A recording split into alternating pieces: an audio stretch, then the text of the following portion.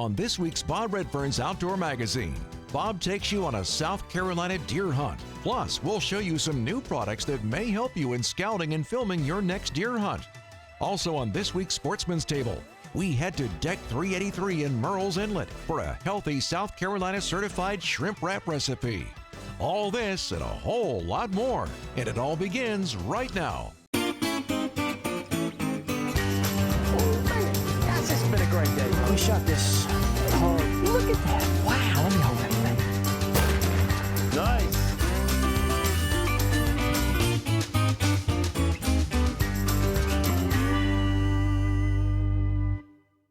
Well, folks, welcome to our show this week. Listen, we're going to do something a little bit different here on Bob Redfern's Outdoor Magazine. You know, you all have watched our Facebook page and you've taken a look at all of the preparation that we do here for deer season on my own property. Well, this is the proof that it works. Okay, now, is this the biggest deer that you've ever seen? No, but we had an opportunity yesterday afternoon. It's November, it's cold, the rut is about a month behind where it normally is here due to drought and all kinds of other things. You know, we all have excuses. I'm not going to give you excuses today. I've got a deer down, but I want to tell you, we're getting ready to take this thing to the processor, but on our show this week, I want to kind of do this in reverse. I want to show you some of the preparation that we've done this year. I want to show you some of the deer that we've been watching, and I want to show you a special, well, it's really something kind of special here that a lot of folks may or may not know about, but with my Browning BAR MK3 308, and it's mounted with an ATN video scope. And that's what we're going to show you today, because I didn't have the opportunity to have my videographer and my partner with me in the stand today. It was raining until about 3 o'clock. Deer started coming in. Well, I'm going to save the rest of it because, again, I hope you enjoy the show this week. We're getting ready to take this deer to the processor. Well, folks, listen, let's take a look at our afternoon hunt. Hey, by my lonesome on my ATN video scope and my Browning BAR MK3. Well, folks, listen, I tell you what, as I said earlier, I got in the stand. It's been raining here all day long. We probably got about 3 or 4 inches, so I decided to get in the stand about 3 o'clock. The rain had quit. I was by myself. It's just one of those days where I didn't have my partner and my producer with me with an extra camera, so I was going to rely on this ATN video scope. And as you can see, all of a sudden at about 3:54, these bucks came out into the field and the far end, and they're to my left. Nice 8-point shooter buck. And as I had done earlier, been hunting for probably 2 weeks. The rut here is probably about a month behind. We had severe drought in the southeast, as most of you all know. Not a lot of rain. Had to replant the food plot twice. So we've been supplement feeding these deer. Got lots of deer and turkey. A lot of bucks coming in the field. But, you know, today I just was killing some time. And, you know, as it always happens, you can see that, you know, out pops this shooter 8-point. Now, is he the biggest one that I've seen? No. There's some other bucks, younger ones, and I'm really surprised that these bigger mature bucks, or what appear to be mature bucks, are allowing these little ones to kind of hang around. But they are. And I'm thinking, okay, this guy is underneath my feeders on the back side. Am I ever going to be able to get this thing to come out on the front side? Well, I'm sitting here waiting and watching these other bucks. Now one comes in front of me, and there's another one down to the far right down there. There's some does in the field, but they're off camera to the left. And of course, again, this video scope is 1080i. It is really good. And you can see I'm kind of bouncing it around a little bit, but there's also part of the nervousness to this. But it doesn't look like this buck is going to come out from behind, and so I'm going to have to place a shot underneath the legs and try and get this deer down. He is content to be right there. I'm about 54 yards from him. I look to my left. There's that itty bitty ugly looking buck, a young one, and now I'm coming back and it's time. And I'm going to take the shot.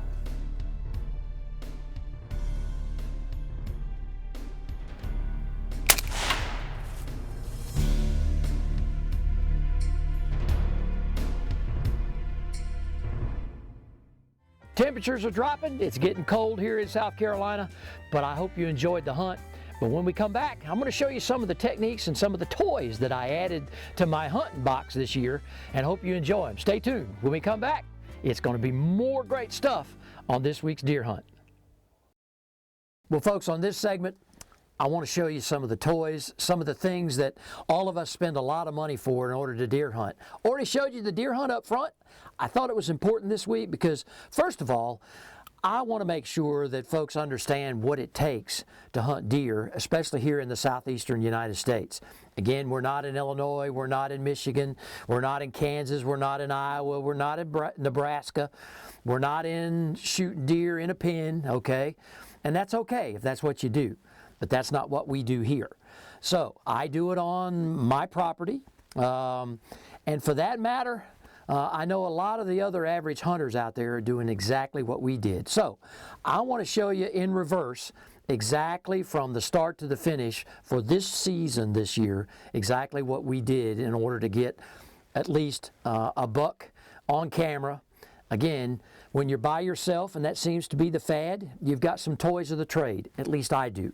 And these things, beside my BAR MK3 308 that I normally use when I'm hunting, I've got two things here that I want to show you again. The ATN Bino.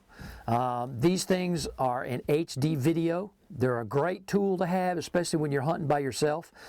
You can take that HD video shot and with the HD scope.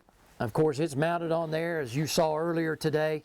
Again, and this is the setup. Basically what we've got here is I'm right next to the food plot.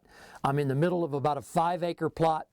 I've got the feeder on my left, and as you see what I see this week, that's when I'm looking down the scope and I've got it on, I'm looking at the feeder which that big buck came out in.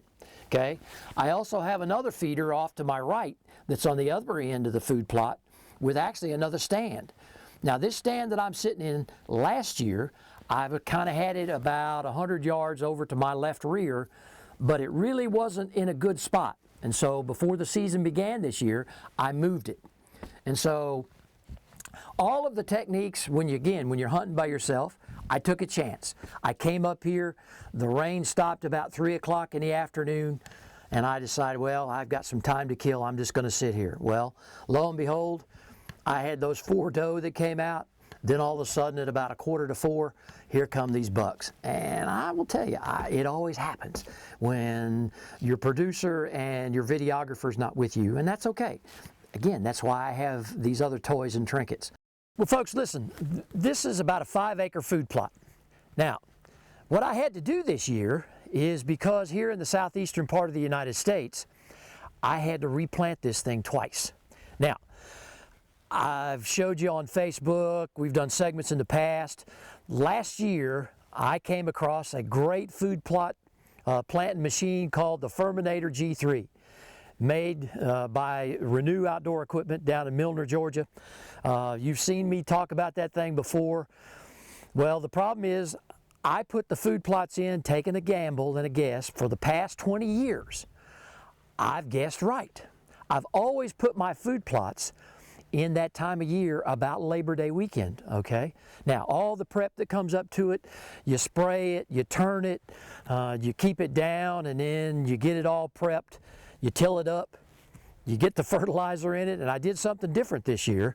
I actually put the seed in first, and then I brought the fertilizer over top, as opposed to tilling it, then putting the fertilizer down, and then coming back and using the Firminator to put the seed in. So, it did help. I got it up. It came up about a week after Labor Day weekend. Then all of a sudden the spigot went off. No rain. No rain for the month of September, and almost of October, no rain. So I had to come back and I had to replant this thing twice. And so what you see out here now is a growth, not normally what I get. Normally, the mix that I use winter wheat, I use deer greens, which is a combination of radishes and turnips. I also put in there some brassica. Also in there is a kind of a blend mix of clover trio, and that then ensures that I get a pretty much of a good coverage throughout the whole fall season and into the spring. Because again, I'm not just hunting deer. I've got turkeys to worry with as well out here. As you can see, turkeys are coming in and out of here. We had hunted about 3 or 4 times over the course of prior to the hunt.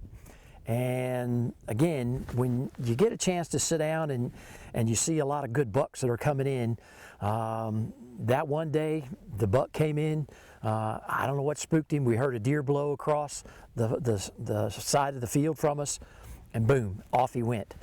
That's why in the hunt, I was kind of afraid, because that was a tricky shot through there, okay? It's not because I made it. It was just, I was hoping that he was going to come out from underneath the legs of that feeder. Now, the feeders that I use, and we're going to go talk about those here, but I've got Boss Buck up on top.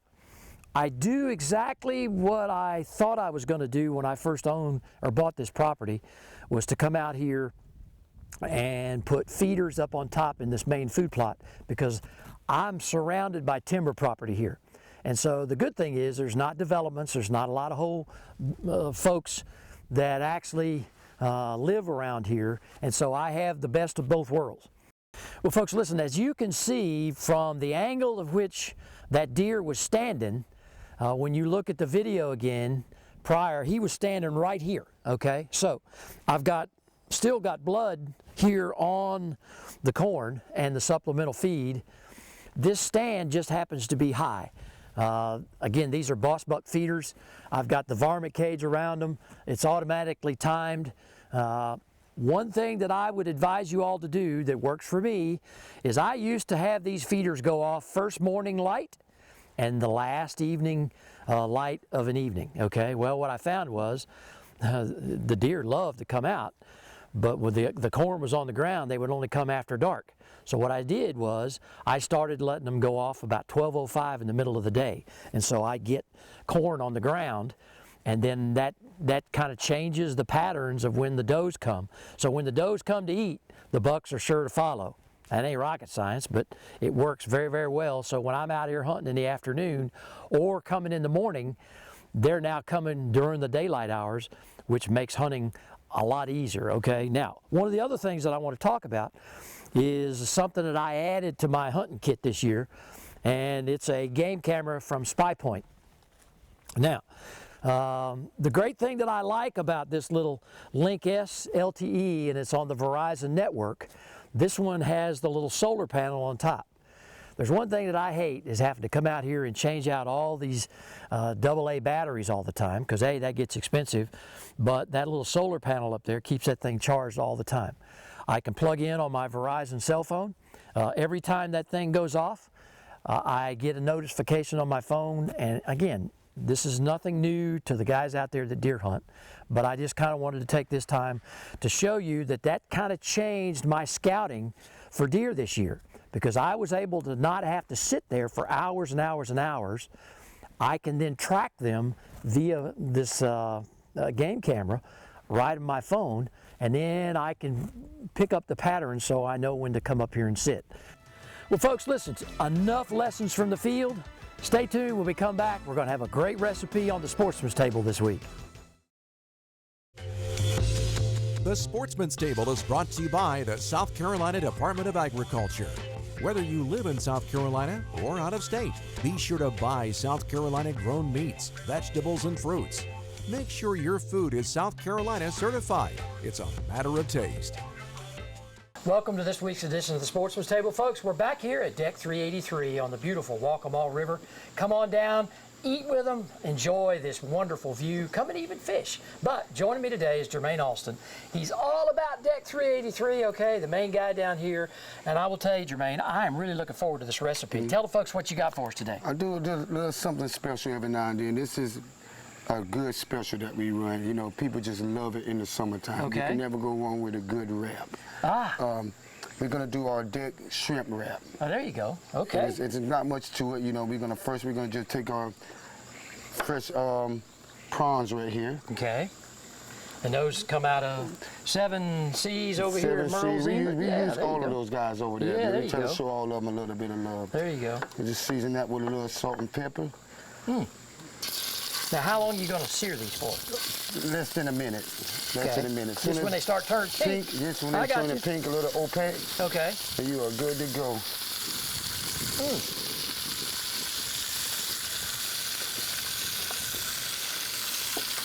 Not going to take long at all. Get this shrimp going. You really don't want to overcook shrimp. See that pink color coming in there? There you go. It's coming quick. Oh, yes, sir, buddy. And those are big ones, too. Yeah, these are 21, 25 shrimp. Oh, wow.